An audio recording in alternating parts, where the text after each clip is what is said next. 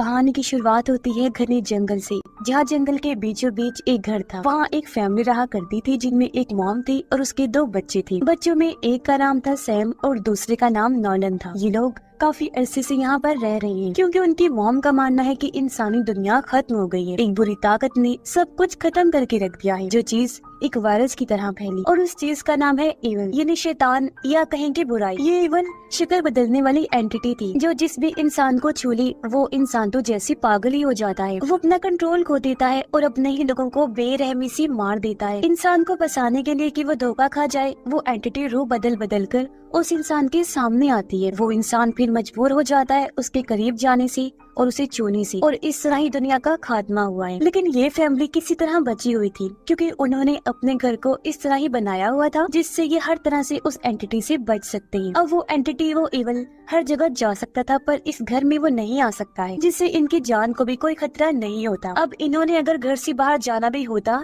तो एक रस्सी खुद को बांध कर बाहर निकला करती थी, जो रस्सी घर के खास हिस्से से बंधी हुई थी। इसलिए इवल ना तो रस्सी को छू सकता था और ना ही रस्सी से बंधे इंसान को कोई नुकसान पहुंचा सकता था। अब रस्सियों की मदद से ही ये जंगल के बीचों बीच रहकर सरवाइव कर रही थी, यानी अब तक जिंदा थी। जिससे ये रस्सी बांधकर बाहर खाना ढूंढने जाती, शिकार करती थी, और पास ही ग्रीन हाउस भी बना हुआ था जिसके अंदर ये फल और सब्जियां उगाया करती थी। लेकिन इवल हर टाइम इनके आस पास ही रहा करता था। हैरत वाली बात ये थी कि वो सिर्फ बच्चों की मॉम को ही नजर आया करता था। बच्चों ने वो अभी तक नहीं देखा था, पर उनकी मॉम ने समझाया हुआ था कि वो इवल जानवर के रूप में भी तुम्हारे पास आ सकते हैं और तुम्हें पता ही नहीं चल पाएगा कि वो एंटिटी है। इसलिए अगर तुम बिना रस्सी के घर से बाहर निकले और इवल ने तुम्हें छू लिया तो सब खत्म हो जाएंगे। लेकिन इतना ज्यादा ख्याल रखने के बाद भी जीना बहुत मुश्किल था क्योंकि जाहिर है तो ये जंगल ही, तो खाने पीने की काफी कमी थी। इनके पास एक डॉग भी था जिसे ये खाना बहुत थोड़ा दिया करते थे क्योंकि उन बेचारों के पास खुद खाना कम था, तो वो इसे क्या देती। अब मॉम ने कुछ असूल बनाए हुए थे जो वो अपने बच्चों को बार बार याद दिलाया करती थी ताकि वो कोई गलती न करती। साथ ही वो उन्हें ऐसी कहानियाँ सुनाती थी जिससे बच्चे समझ जाएं कि बाहर कितना खतरा है। वो उन्हें ये भी बताती है कि तुम्हारे डैड को भी इवल ने छू लिया था जिस वजह से मुझे उन्हें मारना पड़ा, और तो और ये इवल मेरे सामने कई बार आ चुका है, कभी मेरे डैड, कभी मॉम, तो कभी मेरे हस्बैंड के रूप। एक बार तो वो एक छोटी बच्ची के रूप में भी आ गया था जो जख्मी होने का नाटक कर रही थी, लेकिन मैंने उसकी मदद नहीं की बल्कि उसे मार दिया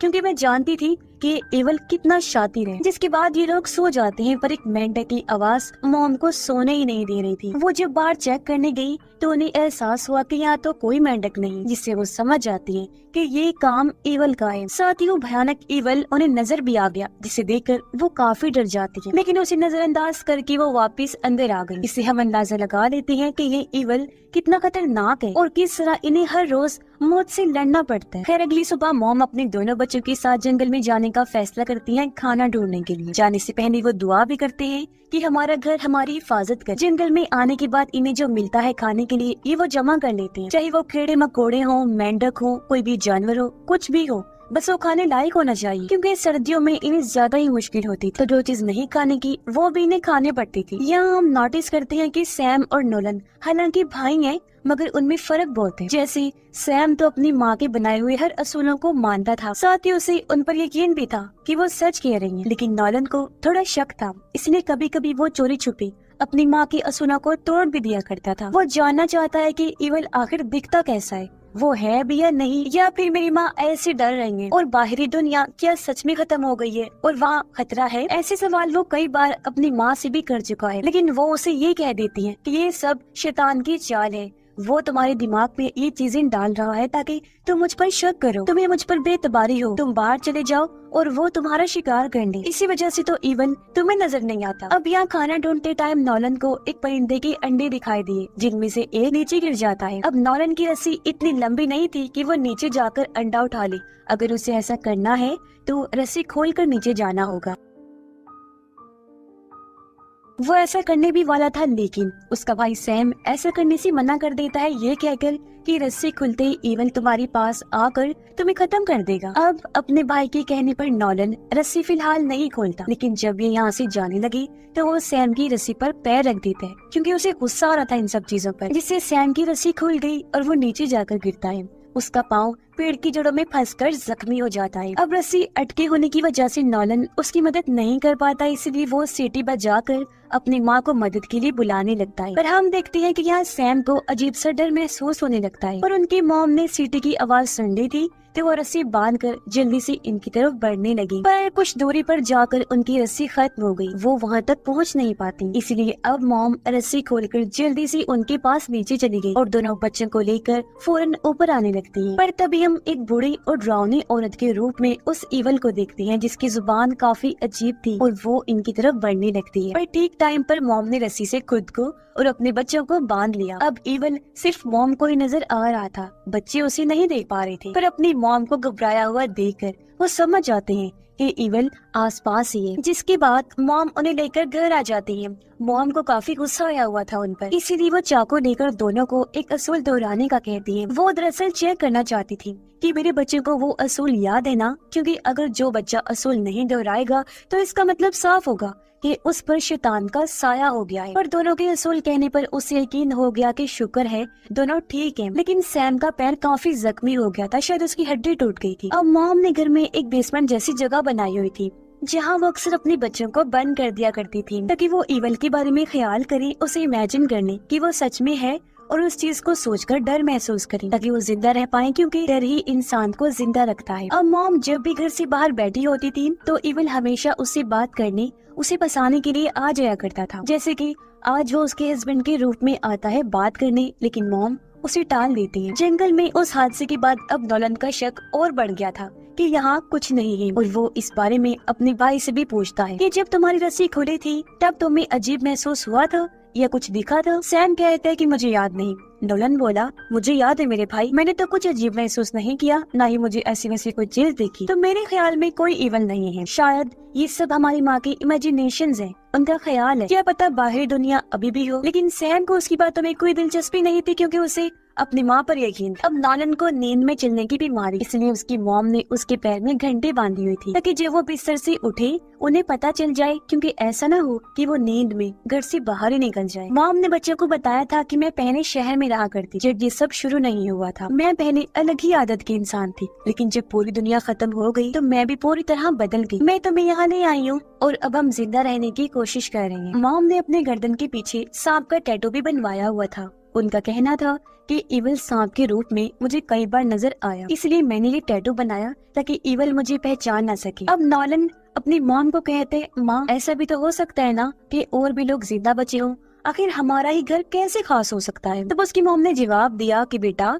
तुम्हें तो शुक्र मनाना चाहिए कि तुम जिंदा हो और ज्यादा मत सोचा करो, ये घर ही हमारी हिफाजत कर सकता है। अब धीरे धीरे टाइम गुजरता गया और इनके पास खाना खत्म होने लगता है, इसलिए मॉम को मजबूरन दोनों बच्चों को पेड़ के पत्ते और शाखें खिलानी पड़ती हैं, जो हालांकि उनसे खाई नहीं जाती, लेकिन मजबूरन उन्हें वो खाने पड़ते हैं। अब एक दिन नॉलन को बुरा सपना आया जैसे वो इवल मुझे कुएं में खींच रहा है। उसकी जब आँख खुली तो रात हो रही थी और वो घर से बाहर था, वो भी बगैर रस्सी की, क्योंकि नींद में चलते चलते वो यहाँ आ गया था और उसे पता ही नहीं चल पाया। लेकिन उसकी मॉम जल्दी से बाहर आकर उसे अंदर ले जाती है। वो उसे सवाल पूछकर उसका इम्तिहान लेने लगी ताकि चेक कर सके कि वो शैतान तो नहीं बना, जिसके बाद वो उसे नीचे बंद कर दी ताकि उसे इवल का खौफ महसूस हो और उसकी आत्मा बिल्कुल प्योर हो जाए, साफ हो जाए, जो सोच मॉम की थी। लेकिन इस हादसे के बाद तो नॉलन को पक्का यकीन हो जाता है कि कोई इवल नहीं है, अगर होता तो उस रात मुझे मार न डालता।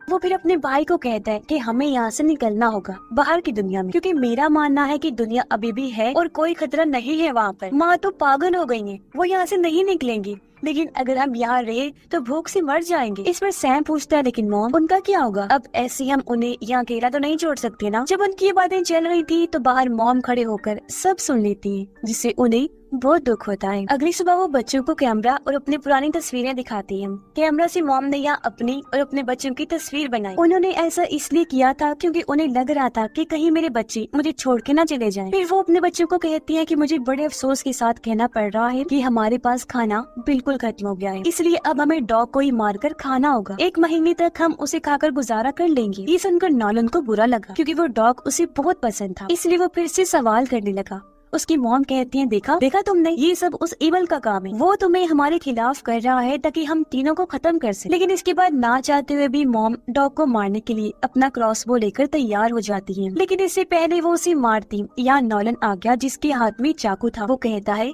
यहाँ कोई इवल नहीं है, मान ले मेरी बात। जो कहकर वो अपनी मॉम की रस्सी काट देता है और उन्हें ग्रीन हाउस में बंद कर देता है ताकि वो उन्हें समझा सके कि यहाँ कोई इवल नहीं है, उनका डर फजूल है। लेकिन तभी इवल फिर से औरत के रूप में माँ के सामने आ जाता है। वो मॉम की तरफ बढ़ने लगा। मॉम उसके हाथों मरना नहीं चाहती थी क्योंकि इस तरह वो दोनों बच्चों को भी खत्म कर देता, इसलिए कांच का एक टुकड़ा लेकर वो अपना गला काट लेती है और इस तरह माँ की मौत हो जाती है। सैम भी ये सब देख चुका था कि नॉलन ने मॉम को बिना रस्सी के अंदर बंद किया हुआ है। वो जल्दी से भाग कर आया, नॉलन को हटाता है, लेकिन अंदर आकर जब उसने अपनी माँ की लाश को देखा वो पूरी तरह टूट जाता है, रोने लगता है। ये देखकर नॉलन को भी बुरा लगा। उसे पछतावा हो रहा था कि मैंने माँ की बात ना मानकर बहुत बड़ी गलती कर दी, और अब वो भी सच्चे दिल से मानने लगता है कि हाँ सच में इवल होता है, और वो खुद को रस्सी बांध लेता है। लेकिन सैम की तबीयत खराब होने लगी थी क्योंकि उसे ठीक से इलाज नहीं मिल पा रहा था, और तो और इनके लिए हालात अब ज्यादा मुश्किल थे क्योंकि माँ तो इनकी मर गई, तो अब इन्हें कैसे भी करके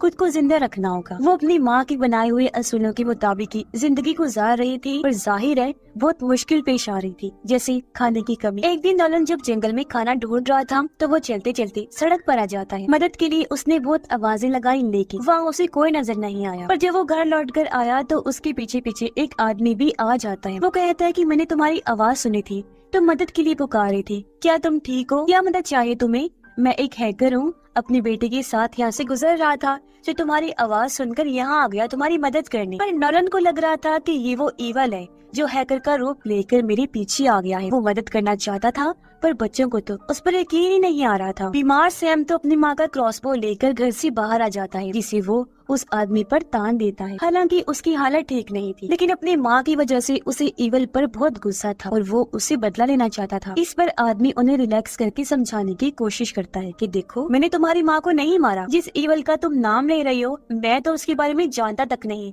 ना तुम्हारी माँ को मैंने कभी देखा, मैं कोई नुकसान पहुँचाने नहीं आया, चला जाता हूँ मैं यहाँ से। ये सुनकर नॉलन सैम को कहता है, भाई क्या पता ये ठीक कह रहा हो, ये इंसान ही हो न कि इवल, तो तुम इसे मत मारो। लेकिन सैम पर तो बदले का जुनून सवार था, वो कहाँ मारने वाला था। आदमी जैसे ही वहाँ से जाने लगा, सैम उस पर क्रॉसबो से वार करता है। तीर उसकी कमर पर लगा, जिससे आदमी बुरी तरह जख्मी हो जाता है। वो रेंगते हुए जंगल में चला गया। नॉलन उसके पीछे पीछे जाता है, जहाँ वो आदमी अपनी आखिरी सांसें ले रहा था, लेकिन फिर भी उसने मदद के लिए कॉल कर दी थी। नॉलन उसका बैग छीनकर घर आ जाता है। बैग को खोलने पर अंदर से खाना, कोई जरूरी सामान और तस्वीरें मिलती हैं, जो देखकर इन्हें अंदाजा हो गया कि वो आदमी इंसान ही था। अब क्योंकि काफी टाइम से ये भूखे थे तो खाने पर टूट पड़ते। रात को सैम को बाहर से आवाज आई। वो जब बाहर चेक करने आया तो वहाँ एक बच्ची थी जो कह रही थी कि मैं अपने डैड को ढूंढने आई हूँ, मेरे डैड ने मुझे गाड़ी में ही रुकने का कहा था, पर रात हो गई है, वो लौट कर नहीं आई। ये सुनकर सैम चौंक गया। उसे अफसोस भी हो रहा था कि मैंने असली इंसान की जान ले ली है। इसीलिए वो बच्ची को भी सच बता देता है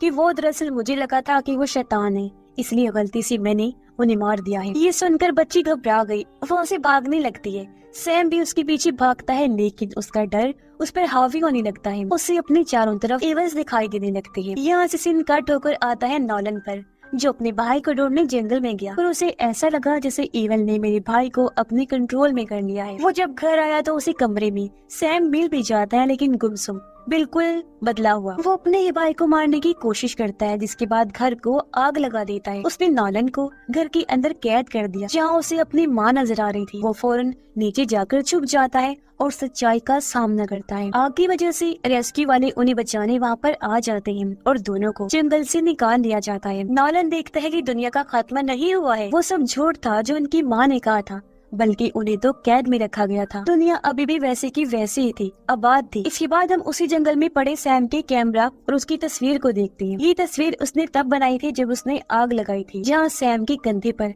इवल का हाथ था, जिससे हम समझ जाते हैं कि इवल था तो, लेकिन सिर्फ इनकी फैमिली में था, बाहरी दुनिया में नहीं था। और इनकी मॉम ने बाकी दुनिया से अलग झूठ बोलकर इन्हें यहाँ इसलिए रखा हुआ था ताकि वो बाहरी दुनिया में ना जा सके, क्योंकि जाहिर है इनके साथ इवल भी चला जाता और वो सारी दुनिया को खत्म कर देता। पर अब क्योंकि सैम के साथ वो इवल बाहर चला गया है, तो अब शायद दुनिया को खत्म होने से कोई ना बचा पाए, और वो बात सच भी हो जाए जो उनकी मॉम ने कही थी कि इवल ने पूरी दुनिया को खत्म करके रख दिया। और इसी भयानक एंडिंग के साथ ही कहानी भी इधर ही खत्म हो जाती है।